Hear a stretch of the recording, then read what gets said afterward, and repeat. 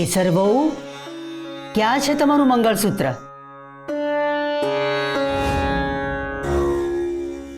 મંગળસૂત્ર કૌશલ્યાબેનને ત્યાં પૂજા કરવા ગયા ત્યારે પણ તમારા ગળામાં મંગળસૂત્ર નહોતું.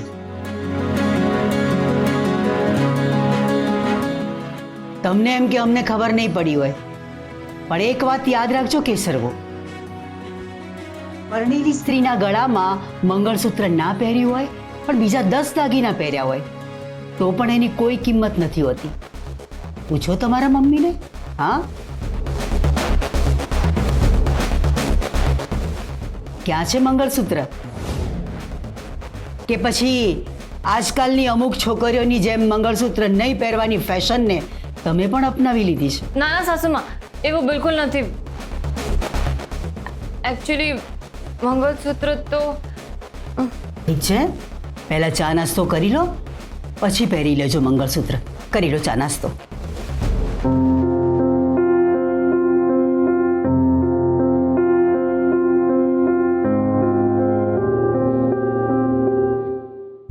અમે તમને કાંઈ પણ કહીએ છીએ તો તમે અમારાથી ડરી જાઓ છો કે મૂંઝાઈ જાઓ છો? તમારા આવા વર્તનથી અમારી એવી છાપ પડે છે કે અમે હિટલર છીએ. હિટલર છીએ અમે? બેબી, હિટલર છીએ અમે? ના ના મોટી બેન, એવું કોણે કહ્યું? પોતાની સાસુ પોતાની વહુને મંગળસૂત્ર કેમ નથી પહેર્યું એનો જવાબ પણ માંગી શકે છે ને? શું કહો છો નિર્મળાબેન? ચા નાસ્તો કરી લો.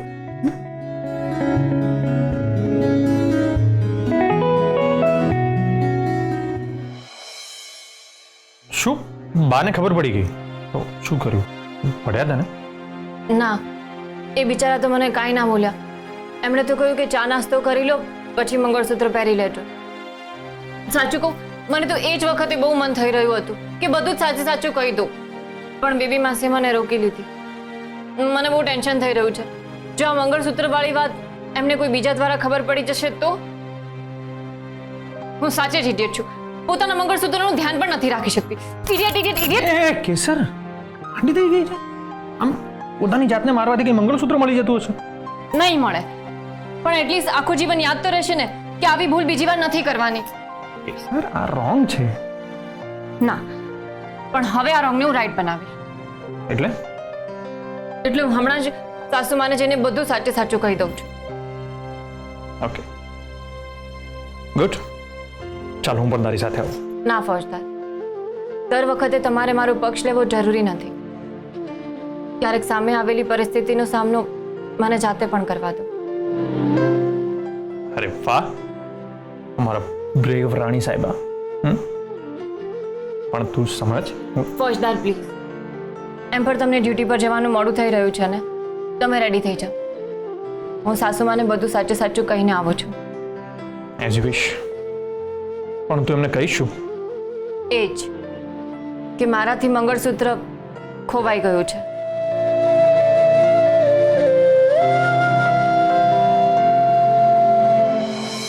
શું મંગળસૂત્ર ખોવાઈ ગયું? અમે જ્યારે તમને કંઈક કહ્યું ત્યારે તમે કેમ કંઈ બોલ્યા નહીં? મહેરબાની કરીને તમે રડો નહીં. શું થયું એ કહો. સોરી સાસુમાં, હું મમ્મી ડેડીને સમખાઈને કહું છું. મેં જાણી જોઈને કાંઈ નથી કર્યું. મારાથી ભૂલ થઈ ગઈ. તમે રડવાનું બંધ કરી દો. તમારા કહેવા પ્રમાણે તમે મંગળસૂત્ર તમારા રૂમમાં મૂક્યું. એ પછી એ મંગળસૂત્રને તમે પણ નથી જોયું અને હર્ષવર્ધને પણ નથી જોયું, અને તમે એ મંગળસૂત્રને પહેર્યું પણ નથી. ના, ઇટ મીન્સ કે મંગળસૂત્ર ખોવાયું નથી, ચોરાયું છે.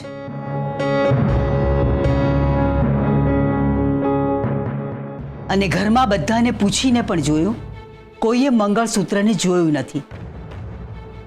એનો અર્થ એ જ થાય છે કે કોઈએ એને ચોરી લીધું છે. બા, કોઈએ મંગળસૂત્ર જોયું નથી, પણ ક્યાંક એવું તો નહીં હોય ને કે અમારા ડિયર દેરાણીએ મંગળસૂત્ર વેચી નાખ્યું હોય. વેદિકા વહુ, માઇન્ડ યોર ટંગ. આ આપણા પરિવારના વહુ છે અને આપણા પરિવારના વહુને મંગળસૂત્ર વેચવું પડે એવી પરિસ્થિતિ ક્યારેય ઊભી નહીં થાય. તમારા કરતાં અમે માણસોને વધારે સારી રીતે ઓળખીએ છીએ. કેસર વહુ આવું ક્યારેય ના કરે. દશરથભાઈ, ઘરના બધા નોકરોની જડતી લો.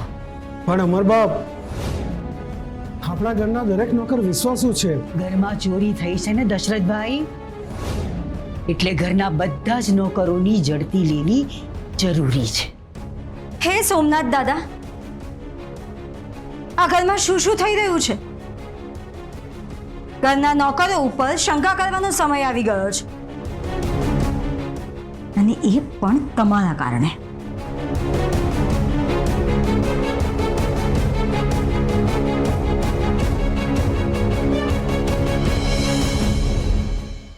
તમને બધાને શા માટે બોલાવ્યા છે એ તો તમને ખબર પડી જ ગઈ હશે. છતાંય જણાવી દઉં કે આપણા નાના શેઠાણીનું મંગળસૂત્ર ચોરાયું છે.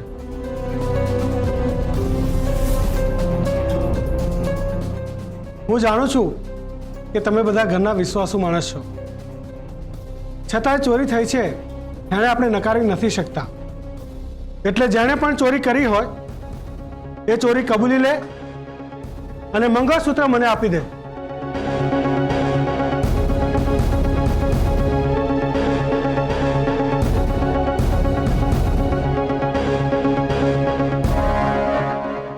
દશરથભાઈ, બધાને આમ લાઈનમાં કેમ ઉભા રાખ્યા છે? હા, દિવાળી પહેલા જ બોનસ આપો છો કે શું? હા, નાના શેઠાણીનું મંગળસૂત્ર ચોરાયું છે. નાના શેઠાણીનું એટલે કેસરનું? મારી દીકરી કેસરનું મંગળસૂત્ર ચોરાઈ ગયું છે? હા, અને અમરભાઈએ ઝડપી લેવાનું કહ્યું છે આ બધાને. એકદમ બરાબર કહ્યું છે અમરભાઈ. આ લોકોની ઝડપી લેવી જ જોઈએ.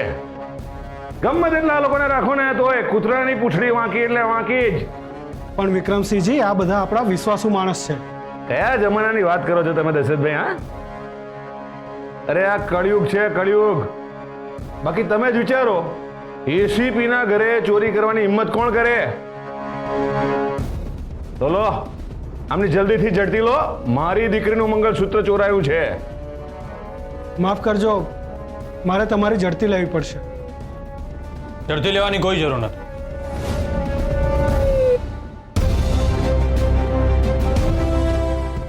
અરે નાના શેઠ, તમે અત્યારે? હા, મને કેસરનો ફોન હતો એટલે જ હું આવ્યો છું. અને આ લોકોની ઝડપી લેવાની કોઈ જરૂર નથી. અરે પણ અંબરબાનો હુકમ છે. બા સાથે હું વાત કરી લઈશ. પ્રમોદ, દત્તુ કાકા બધા આપણા ઘરના જ લોકો છે, એટલે ઝડપી નહીં લેવાય. અને જો ઝડપી લેવી જ હોય તો મારા રૂમની લઈ લો, અમરબાના રૂમની લઈ લો, મોટાભાઈના રૂમની લઈ લો, પપ્પાના રૂમની લઈ લો. આ શું બોલો છો હર્ષવર્ધનસિંહજી તમે?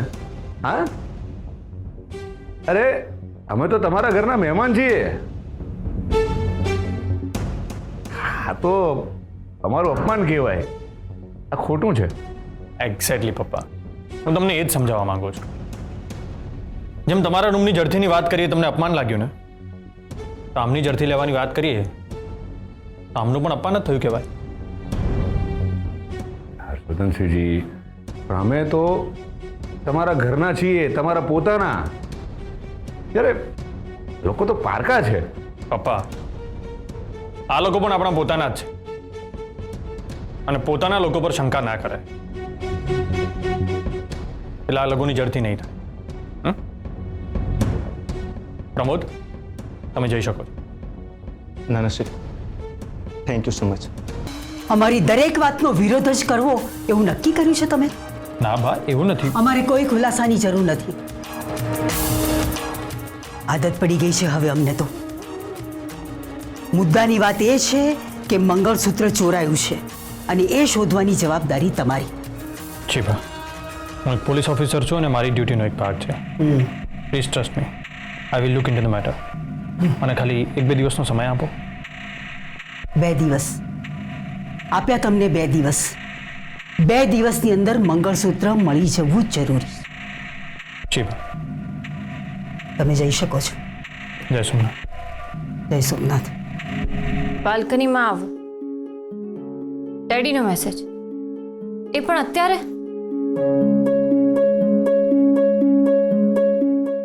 હે સોમનાથ દાદા, એક પછી એક પ્રોબ્લેમ્સ આવતા જ જાય છે અને મારા લીધે ફોજદારને હેરાન થવું પડે છે. હું ગમે તેટલા પ્રયત્ન કરું એમને દૂર રાખવાના, પણ એ કોઈક ને કોઈક રીતે માં ઇન્વોલ્વ થાય જ છે. હે સોમનાથ દાદા, પ્લીઝ જેમ બને તેમ જલ્દી બધું સારું કરી નાખો. દીકરા, તારા લેટેસ્ટ પ્રોબ્લેમનું સોલ્યુશન ઉપરવાળા પાસે નથી, એક જ વ્યક્તિ પાસે છે, અને એ છે તારા ડેડી. એટલે હું કઈ સમજી નહીં. બહુ બોડી છે દીકરા. મેં સિમ્પલ કહ્યું, તારા લેટેસ્ટ પ્રોબ્લેમનું સોલ્યુશન માત્ર એક જ વ્યક્તિ પાસે છે, અને એ છે તારા ડેડી. તારો લેટેસ્ટ પ્રોબ્લેમ એટલે કયો? મંગળસૂત્ર. તો તારું આ મંગળસૂત્ર જગતમાં ખાલી એક જ વ્યક્તિ શોધીને આપી શકે એમ છે, એ છે તારા ડેડી. એટલે તમને મંગળસૂત્ર મળી ગયું? એક મિનિટ.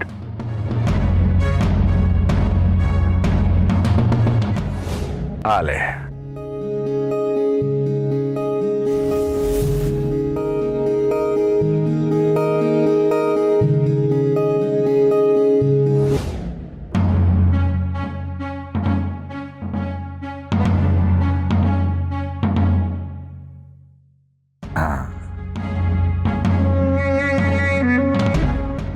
કેસર, આ મંગળસૂત્ર તને આમ જ નહીં મળે, કારણ કે ખાનદાની માણસ આખી બાજી પોતાના હાથમાં લઈને દાવ રમતો હોય છે, અને અત્યારે બાજી મારા હાથમાં છે. ડેડી, તમે શું કામ મારા સંસાર અને મારા ભવિષ્ય સાથે રમત રમી રહ્યા છો? આ તમારા માટે રમત હશે, પણ આ રમતમાં મારો જીવ દાવ પર લાગી ગયો છે. જીવ દાવ પર લાગ્યો છે? દીકરા, તારા ડેડીની આબરૂ દાવ પર લાગી હતી ત્યારે તે શું કર્યું હતું? સહી કરવાના કાગળને ફાડીને તારા ડેડીના મોઢા પર માર્યા હતા. ત્યારે તારા ડેડીનો પણ આમ જ જીવ દાવ પર લાગી ગયો હતો. ડેડી, તમે પોતાની જ દીકરી સાથે આવું કરી રહ્યા છો? તે જ્યારે ફોર્મ ફાડ્યું ને, સેમ ફિલિંગ તારા ડેડીને પણ થઈ હતી. મારી પોતાની જ દીકરી મારી સાથે આવું કરી રહી છે. ત્યારે મેં તને કંઈ કહ્યું હતું? નહીં ને? હવે આ બધી વાત છોડ. તને તારું મંગળસૂત્ર મળી જશે. બસ ખાલી આ જશવંત નામનો કાંટો મારા રસ્તામાંથી દૂર કરી આપ,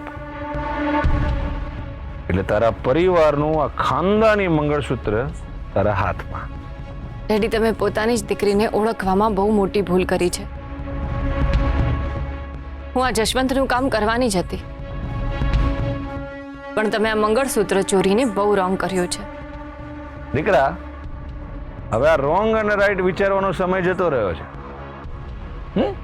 હવે ડાયરેક્ટ એક્શન લેવાનો સમય છે. તું મારું કામ કરી આપ ને હું તારું કામ કરી આપું. ઓકે?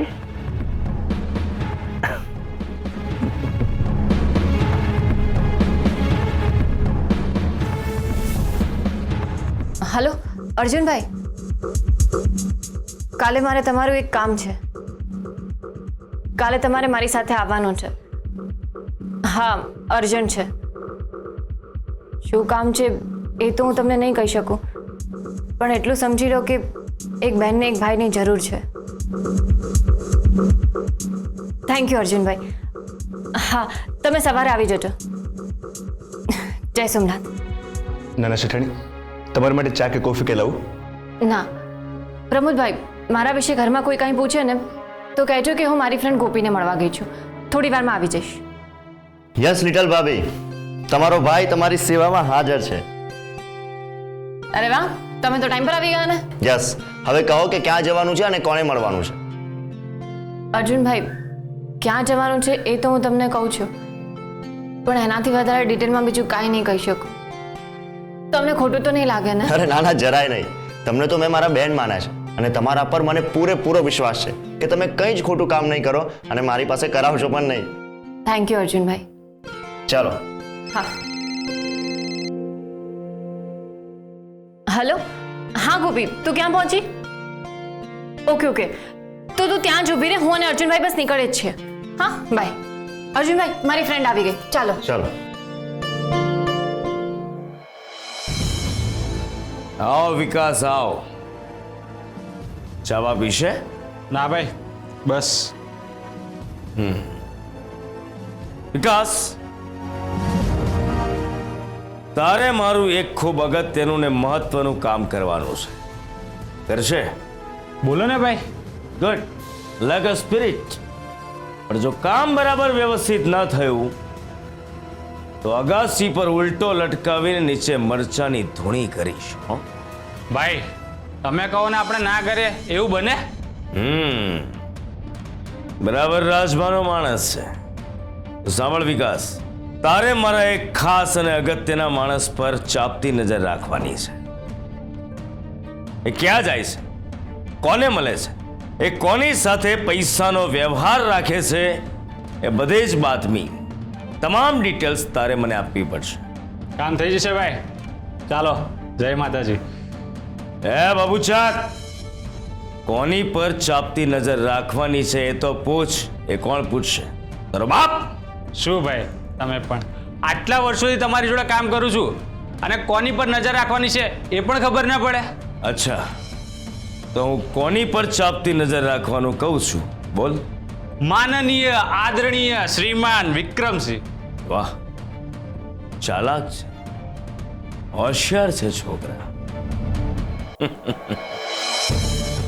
જાઓ. પણ ભાઈ, આ વિક્રમસિંહનો હિસાબ તો તમે પતાવી દીધો તો પછી એના પર નજર રાખવાની શું જરૂર?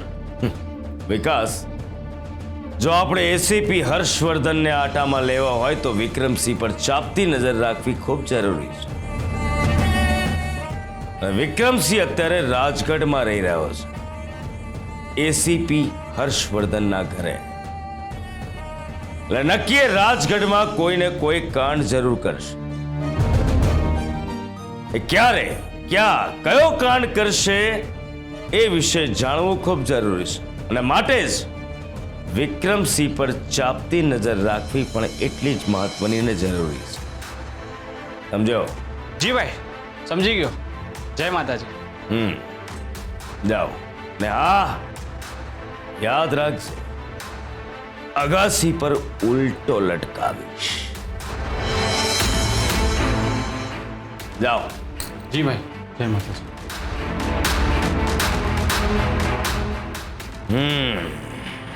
વિક્રમસિંહ.